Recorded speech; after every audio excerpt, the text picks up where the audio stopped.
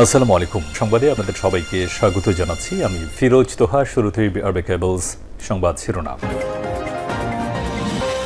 আবারও মধ্যপ্রাচ্যে ভয়াবহ তৃতীয় বিশ্বযুদ্ধ শুরু হয়ে যাচ্ছে। মার্কিন যুক্তরাষ্ট্র এবং ইহুদিবাদী ইসরায়েলের বিরুদ্ধে ইরানের সর্বোচ্চ হামলার প্রস্তুতি ইতিমধ্যেই মার্কিন যুক্তরাষ্ট্রকে ভীতি করেছে। মার্কিন যুক্তরাষ্ট্রের প্রেসিডেন্ট ডোনাল্ড ট্রাম্প কল্পনা করতে পারেনি যে এভাবে আক্রমণ চালিয়ে তারা ইরানের কোনো কিছুই করতে পারছে না। পরিস্থিতি অত্যন্ত জটিল আকার ধারণ করেছে, সবকিছু ধ্বংসস্তূপে পরিণত হচ্ছে। আর এরই মাঝে আমাদের হাতে এসে পৌঁছেছে যুদ্ধের সর্বশেষ গুরুত্বপূর্ণ সবথেকে তাজা আপডেট সংবাদ আপনাদের জানিয়ে দিব। প্রথমেই জানাবো, ইরানের হামলায় 16টি মার্কিন ঘাঁটি ধ্বংস, মেরামতে খরচ হবে $50 বিলিয়ন। ইরানের হামলায় মধ্যপ্রাচ্যে অন্তত 16টি মার্কিন সামরিক স্থাপনা ক্ষতিগ্রস্ত হয়েছে। মার্কিন সংবাদ মাধ্যম সিএনএন-এর নতুন এক অনুসন্ধান এই তথ্য উঠে এসেছে। মধ্যপ্রাচ্যে যুক্তরাষ্ট্রের অধিকাংশ ঘাঁটি ইরানের হামলায় আক্রান্ত হয়েছে বলে জানা গেছে। সব স্থাপনা মেরামত করে আগের অবস্থায় ফিরতে $50 বিলিয়ন খরচ হবে। এরপর জানাবো, হরমুজ প্রণালীতে নতুন নিয়ম চালুর ঘোষণা ইরানের সর্বোচ্চ ধর্মীয় নেতার। হরমুজ প্রণালী নিয়ে কৌশলগত নতুন অধ্যায়ের সূচনা ঘোষণা করেছে ইরানের সর্বোচ্চ ধর্মীয় নেতা মোস্তফা খামেনি। তিনি বলেছেন, সাম্প্রতিক যুক্তরাষ্ট্র ইসরায়েলি আগ্রাসনের পরেই কৌশলগত জলপথে নতুন ব্যবস্থাপনা এবং আইনি নিয়ম চালু করবে ইরান। এর ফলে মার্কিন যুক্তরাষ্ট্র ধরাশায়ী হবে। এদিকে পারমাণবিক সহযোগিতা নিয়ে রুশ পরমাণু সংস্থা এবং ইরানি কূটনৈতিকের বৈঠক। পারমাণবিক সহযোগিতা জোরদারে নতুন করে আলোচনা করেছে ইরান ও রাশিয়া। আজ মস্কোতে রাশিয়ার রাষ্ট্রীয় পরমাণু সংস্থার জ্যেষ্ঠ কর্মকর্তা নিকোলাই ইরানের রাষ্ট্রদূত কাজেম জালালির সঙ্গে বৈঠক করে বৈজ্ঞানিক, প্রযুক্তিগত ও কারিগরি সহযোগিতা নিয়ে বিস্তারিত আলোচনা করেছেন। এবারে জানাবো, এবার 60,000 টনের দুর্লভ ও ব্যয়বহুল সমরাস্ত্র তৈরির পথে তুরস্ক।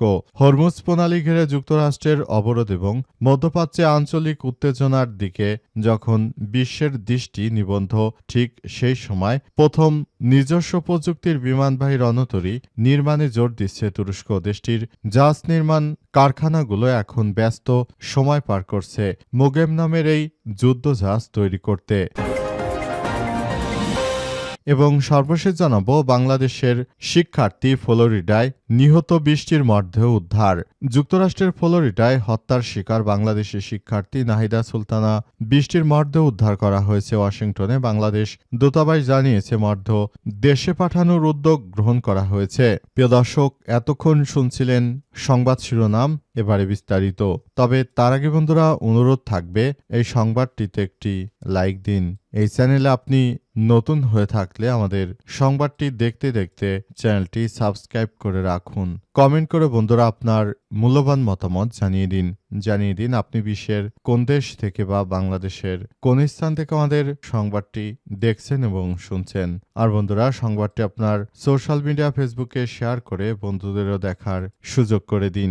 গাজা যুদ্ধে আপনি যদি নিরীহ ফিলিস্তিনিদের ভালোবেসে থাকেন, কমেন্টে ইয়েস লিখে পুরো বিশ্বকে আমাদের এই সংবাদটি দেখার সুযোগ করে দিন। গাজা যুদ্ধে আপনি যদি নিরীহ ফিলিস্তিনিদের ভালোবেসে থাকেন বন্ধুরা, ভিডিওটি দেখতে দেখতে আমাদের সঙ্গেই থাকুন। এবারে বিস্তারিত। ইরানের হামলায় 16 মার্কিন ঘাঁটি ধ্বংস, মেরামতে খরচ হবে $50 বিলিয়ন। ইরানের হামলায় মধ্যপ্রাচ্যে অন্তত 16টি মার্কিন যুক্তরাষ্ট্রের ঘাঁটি একদম চূর্ণ বিচূর্ণ হয়ে গেছে। ঘাঁটিগুলোতে যেসব বিমান রাখা হয়েছিল সেসব বিমানগুলো একদম ধ্বংসস্তূপে পরিণত হয়েছে। এর ফলে এই ঘাঁটিগুলো পুনরায় মেরামত করতে মার্কিন যুক্তরাষ্ট্রের বছরের পর বছর ধরে অপেক্ষা করতে হবে বলে জানা গেছে। মার্কিন যুক্তরাষ্ট্রের প্রেসিডেন্ট ডোনাল্ড ট্রাম্প তিনি শুরু থেকে যে ধরনের কার্যক্রম চালিয়ে যাচ্ছেন, পুরো মধ্যপ্রাচ্য জুড়ে দখলদার ইসরায়েলি বাহিনী এবং মার্কিন যুক্তরাষ্ট্র যেসব সমস্যার সৃষ্টি করছে, এই সমস্যাগুলো মোকাবেলা করার জন্য জায়নবাদীদের বিরুদ্ধে ইতিহাসের সব থেকে বড় আক্রমণ চালিয়ে যাচ্ছে ইরানের ইসলামী বিপ্লবী গার্ড বাহিনীর সদস্যরা। যে কোনো মূল্যে দখলদারদের ছাড় দেবে না ইরানের ইসলামী বিপ্লবী গার্ড বাহিনীর সদস্যরা। তাদেরকে যে কোনো মূল্যে ধ্বংসস্তূপে পরিণত করা হচ্ছে। মধ্যপ্রাচ্যে মার্কিন যুক্তরাষ্ট্র এবং দখলদার ইসরায়েলি বাহিনী তারা শুরু থেকে থেকে যেসব সন্ত্রাসী কার্যক্রম চালিয়ে যাচ্ছিল এর জন্য আসলে দখলদার ইসরায়েলি বাহিনীকে পুরোপুরি ধ্বংসাত্মকভাবে সবকিছু আসলে করা হচ্ছিল এবং এই পরিস্থিতির মধ্য দিয়ে দখলদার ইসরায়েলি বাহিনীর প্রধানমন্ত্রী বেনিয়াম নেতানিয়াহুকে চরমভাবে শিক্ষা দিয়েছে ইরানের ইসলামী বিপ্লবী গার্ড বাহিনীর সদস্যরা। মার্কিন যুক্তরাষ্ট্র শুরু থেকে ইরানের বিরুদ্ধে এই সন্ত্রাসী কার্যক্রম চালিয়ে শেষ পর্যন্ত তারা ধরাশায়ী হয়েছে বলে এমন তথ্য জানা গেছে। হরমুজ প্রণালীতে নতুন নিয়ম চালুর ঘোষণা ইরানের সর্বোচ্চ ধর্মীয় নেতার। হরমুজ প্রণালী নিয়ে কৌশলগত নতুন আলোচনার সূচনা করেছে ইরানের সর্বোচ্চ ধর্মীয় নেতা মোস্তফা খামেনি। তিনি বলেছেন, সাম্প্রতিক যুক্তরাষ্ট্র ইসরায়েলি আগ্রাসনের পরেই কৌশলগত জলপথ নতুন ব্যবস্থাপনা এবং আইনি নিয়ম চালু করল ইরান। বৃহস্পতিবার ৩০ এপ্রিল জাতীয় পারস্য উপসাগর দিবস উপলক্ষে দেয়া এক বার্তায় তিনি এই ঘোষণা দিয়েছেন। প্রতিবছর ৩০ এপ্রিল ইরান তাদের দক্ষিণ উপকূলে ১৬২২ সালে উপনিবেশবাদী শক্তির বিরুদ্ধে ঐতিহাসিক বিজয়কে স্মরণ করে। খামেনি তার পারস্য উপসাগরের মুসলিম বিশ্বের জন্য পরবর্তী নিয়ামত হিসেবে উল্লেখ করেছেন। তিনি বলেন, এই জলরাশি হরমুজ প্রণালী শুধু জাতিগুলোর মধ্যে সহযোগিতায় সংযোগী তৈরি করে না, বরং বৈশ্বিক অর্থনীতির জন্য একটি গুরুত্বপূর্ণ এবং অনন্য পথ হিসেবে আজও কাজ করে। তিনি অভিযোগ করেছেন, অতীতে এই কৌশলগত সম্পদগুলোকে কেন্দ্র করে বহু দেশের লোভ তৈরি হয়েছিল।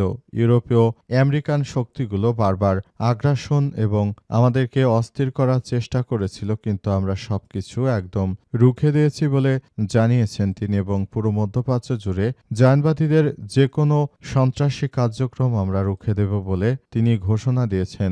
ইরানের সর্বোচ্চ ধর্মীয় নেতা আরও জানান যে, পরিস্থিতি যতই জটিল আকার ধারণ করুক না কেন, আমরা মার্কিন যুক্তরাষ্ট্র এবং দখলদার ইসরায়েলি বাহিনীর যে কোনো ধরনের ষড়যন্ত্র রুখে দিতে প্রস্তুত রয়েছি।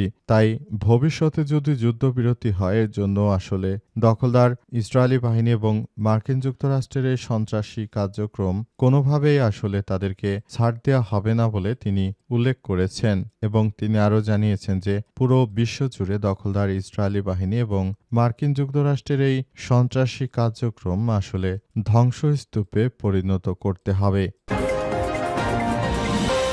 পারমাণবিক সহযোগিতা নিয়ে রুশ পরমাণু সংস্থা ও ইরানি কূটনৈতিকের বৈঠক। পারমাণবিক সহযোগিতা জোরদার নতুন করে আলোচনা করেছে ইরান ও রাশিয়া। আজ মস্কোতে রাশিয়ার রাষ্ট্রীয় পরমাণু সংস্থার জ্যেষ্ঠ কর্মকর্তা নিকোলাই ইস্পাঙ্কি ইরানের রাষ্ট্রদূত কাজেম জালালির সঙ্গে বৈঠক করে বৈজ্ঞানিক, প্রযুক্তিগত ও কারিগরি সহযোগিতা নিয়ে বিস্তারিত আলোচনা করেছেন। রাশিয়ার রাষ্ট্রীয় পরমাণু কর্পোরেশন রোসাটমের আন্তর্জাতিক সম্পর্ক বিষয়ক উপ মহাপরিচালক হিসেবে দায়িত্ব পালন করেছেন। বৈঠকে ইরানের পরমাণু শক্তি সংস্থা এবং রোসাটমের মধ্যে বৈজ্ঞানিক, প্রযুক্তিগত ও কারিগরি বিনিয়োগ নিয়ে আলোচনা করা হয়। বিশেষ করে ইরানের দক্ষিণাঞ্চলে অবস্থিত বুশেহর পারমাণবিক বিদ্যুৎ কেন্দ্রে চলমান যৌথ প্রকল্পগুলোর উপর গুরুত্ব দেওয়া হয়। উভয় পক্ষ এই সহযোগিতাকে শান্তিপূর্ণ পারমাণবিক শক্তি ব্যবহারের ক্ষেত্রে একটি সফল মডেল হিসেবে উল্লেখ করে কূটনৈতিকরা বলেছেন যে,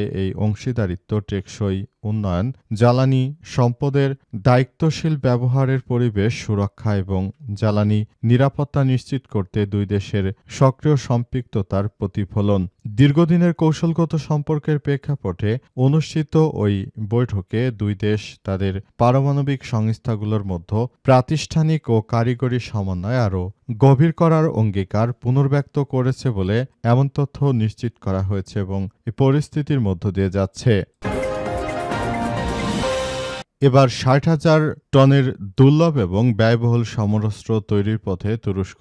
হরমুজ প্রণালী ঘিরে যুক্তরাষ্ট্রের অবরোধ, মধ্যপ্রাচ্যে আঞ্চলিক উত্তেজনার দিকে যখন বিশ্বের দৃষ্টি নিবদ্ধ, ঠিক সেই সময় প্রথম নিজস্ব প্রযুক্তির বিমানবাহী রণতরী নির্মাণে জোর দিচ্ছে তুরস্ক। দেশটি জাহাজ নির্মাণ কারখানাগুলো এখন ব্যস্ত রয়েছে মুগেম নামের এই যুদ্ধজাহাজ তৈরির কাজে। তুরস্ক কয়েক দশক ধরে নিজস্ব প্রযুক্তিতে সমরাস্ত্র তৈরির পরিকল্পনা নিয়ে এগিয়ে যাচ্ছে। এরই ধারাবাহিকতায় দেশটি নিজেদের সক্ষমতায় উন্নত প্রযুক্তির ড্রোন, মানুষ্যবিহীন যুদ্ধবিমান এবং স্থলযুদ্ধের অন্যতম কার্যকর যুদ্ধ ট্যাঙ্ক বানিয়ে ফেলেছে। তবে এসব শেষ নয়, এবার দুর্লভ ও ব্যয়বহুল সমরস্ত্র বিমানবাহী রণতরী তৈরি করতে কাজ করছে আঙ্কারা।